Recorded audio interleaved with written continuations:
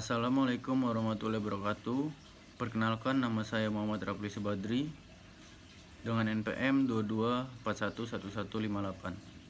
Saya dari kelas manajemen 22B angkatan 2022.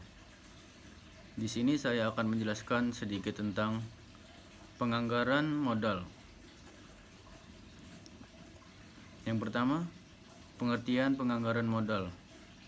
Capital budgeting adalah suatu proses lengkap dalam menganalisa proyek dan menentukan proyek yang termasuk dalam suatu anggaran modal. Pengertian lainnya adalah suatu proses perencanaan dan pengambilan keputusan terkait pembayaran dana yang mana dalam periode pengambilan dana tersebut sudah lebih dari 1 tahun.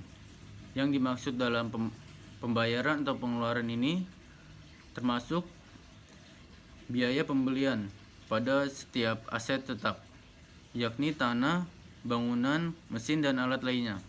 Biasanya, perusahaan juga membutuhkan promosi berupa iklan jangka panjang, proyek penelitian, dan pengembangan pun tersebut di dalam kategori investasi. Keputusan dalam melakukan investasi bukanlah hal yang sangat mudah karena membutuhkan penilaian yang akan situasi di masa yang akan datang, sehingga perlu memikirkan hal-hal yang mungkin akan terjadi baik secara faktor internal maupun eksternal. Nilai investasi pun harus diperhitungkan sesuai dengan arus kas perusahaan yang merupakan keputusan yang paling tepat digunakan untuk menghindari risiko kerugian atas nilai investasi tersebut. Secara umum, perusahaan akan membuat berbagai alternatif agar bisa berinvestasi dalam jangka panjang, seperti penambahan aset tetap, budget capital budgeting, dan keputusan keuangan. Tentu harus dilakukan secara terpisah. Apabila suatu investasi yang diajukan sudah ditentukan untuk bisa diterima, maka manajer keuangan selanjutnya memilih cara pengembangan pembayangan yang paling tepat. Selanjutnya itu ada manfaat capital budgeting. Secara umum, manfaat dari capital budgeting adalah agar mengetahui keperluan pendanaan secara lebih rinci. Hal itu karena dana yang terkait dalam jangka waktu yang lebih dari 1 tahun. Dengan begitu, perusahaan dapat meminimalisir adanya overinvestment atau underinvestment. Manfaat lain yang tidak kalah penting dari capital budgeting adalah agar dapat mencegah terjadinya kesalahan dalam pengambilan keputusan. Selanjutnya itu metode analisis. Dalam capital budgeting terdapat metode analisis yang dapat dilakukan sebelum membuat keputusan, yaitu yang pertama, net present value atau NPV. NPV merupakan salah satu metode analisis capital budgeting yang digunakan agar dapat mengukur nilai profitabilitas secara investasi proyek dengan menggunakan faktor nilai, waktu, dan juga keuangan.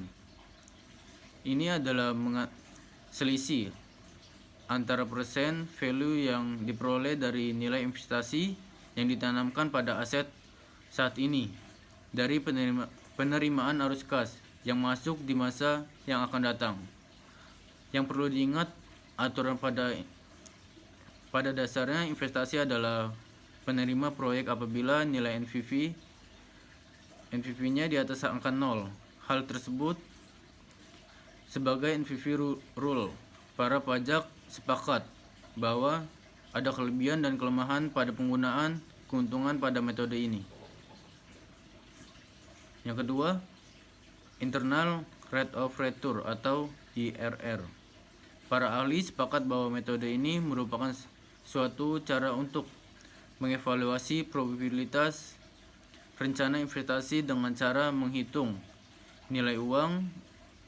IRR sendiri memiliki artian discount rate atau faktor pendiskonan lain yang digunakan untuk mendiskon seluruh cash inflows dan sell value yang jelas menghasilkan banyak jumlah persentase value yang sama dalam jumlah investasi yang ada.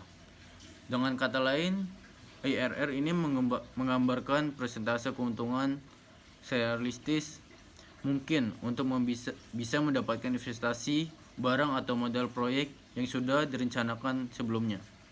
Dalam IRR ini, yang dicari adalah nilai diskon rate yang bisa memberikan nilai NPV sama dengan 0 bila penghitungan IRR lebih besar daripada cost of capital, maka return yang dihasilkan jelas akan lebih besar dari yang diharapkan. Dengan nilai return yang besar, maka kemungkinan besar proyek investasi yang direncanakan pun akan diterima. Yang ketiga, Profitability Index atau PI. Pengertian PI itu sendiri adalah rasio dari present value dan cash flow setelah dilakukan kegiatan investasi awal pada tahun ke-0 dengan jumlah investasi pada tahun ke-0. Sementara jika nilai PI lebih kecil dari 1, maka proyek tersebut harus bisa ditolak.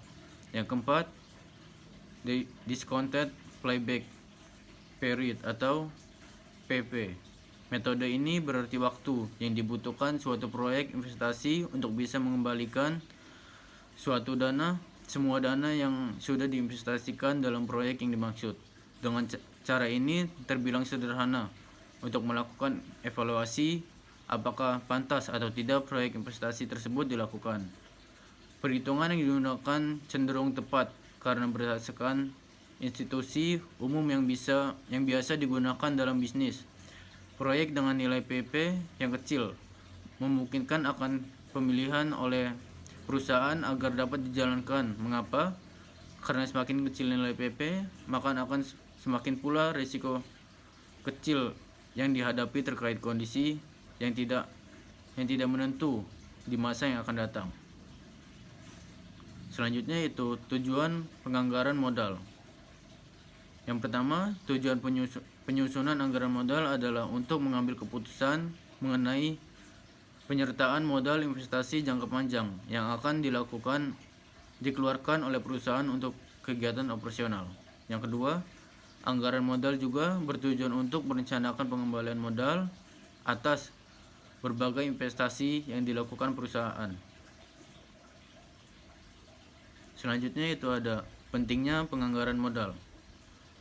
Yang pertama, keputusan anggaran modal akan berpengaruh pada jangka waktu yang lama sehingga perusahaan kehilangan fleksibilitasnya. Yang kedua, anggaran modal yang efektif akan menaikkan ketepatan waktu dan kualitas dari penambahan aktiva.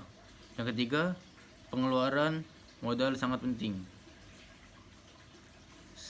Selanjutnya itu terkait pembahasan di atas, dapat disimpulkan bahwa arus kas perusahaan yang baik mendukung capital budgeting dalam menjalankan rencana investasinya dengan maksimal. Dewasa ini untuk bisa mendapatkan arus kas perusahaan yang baik.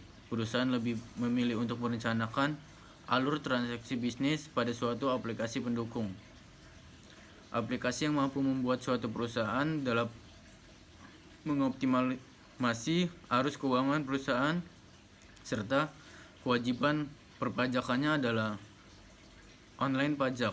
Online pajak merupakan aplikasi berbasis website yang dapat digunakan di mana saja, kapan saja. Fitur-fiturnya seperti pembuatan fitur komersial, faktur pajak, hingga pengiriman ke klien dalam hitungan detik maupun mengoptimalkan produktivitas kerja.